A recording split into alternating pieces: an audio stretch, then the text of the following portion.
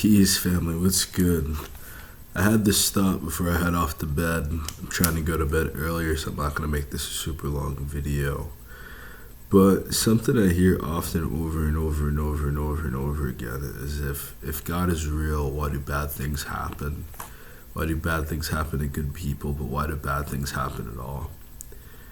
I feel like it's a very interesting question, considering that most people that ask this question are usually non-believers, they're usually not Muslim, they're usually not Christian, they're usually not Jewish, or else they would have a firm understanding, and many people around them in fellowship on a daily basis to see that good things also happen, like a plethora and a copious amounts of good things that you take for granted on a daily basis, but we call them miracles, we call them blessings.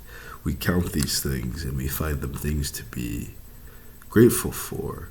So ultimately, before I address the point I actually want to address, I'm going to lead with this and say, ultimately, the real issue, the real defining factor here is you all, the non-believers, focus so much on all the negative things, all the dramatic, all the any possible negative thing that you can leech onto to direct the conversation, to direct your life, you will do, and I see it all the time. What you need to do is to count your blessings, to count the good things that happen, because there are way more good things happening than there are negative things in your life. There are far more things that you take for granted, that you're completely jaded to, and that are modern miracles, quite honestly, that you're spoiled fucking brat usually. The interesting part of this, I thought, that made me want to make this video, is the ancestry and bloodline of many of these people.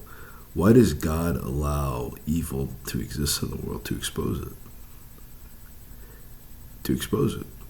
How do most of us become Christian? Most of us become Christian. Most people I know become Christian because you witness something so evil, you witness something so horrific, you witness something so otherworldly, that you knew that God had to be real in response. I feel like that's why it exists.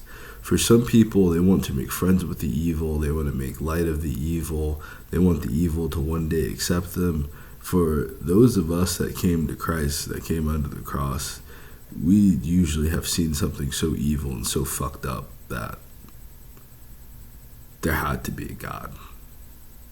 There had to be a God. There had to be something else other than this.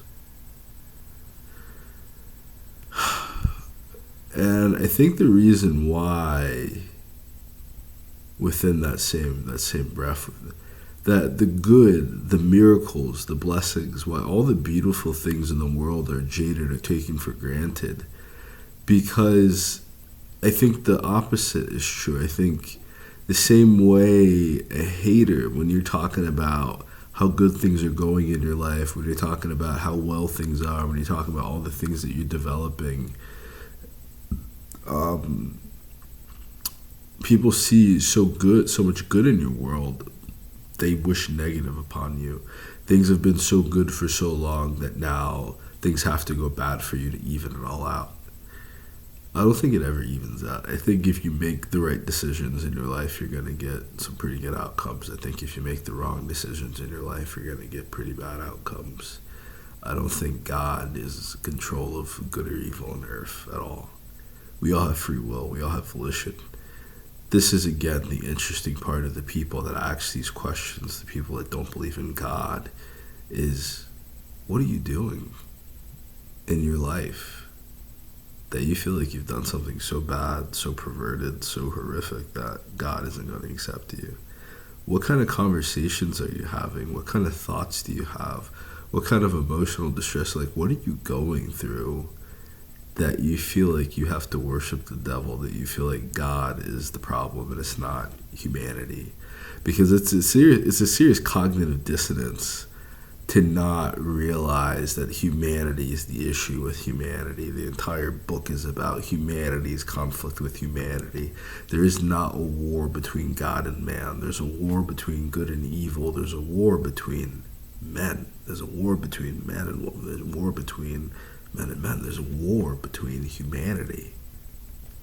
That's where evil occurs. That's where sin occurs. Sin occurs in us as everyday people. Why does God allow evil to happen? Because God gave us free will. God gave us volition. The question is, knowing that there's a God, knowing that there's good versus evil, why have you chosen the side of evil? And I don't think that there's a good answer for that, but I did answer your question.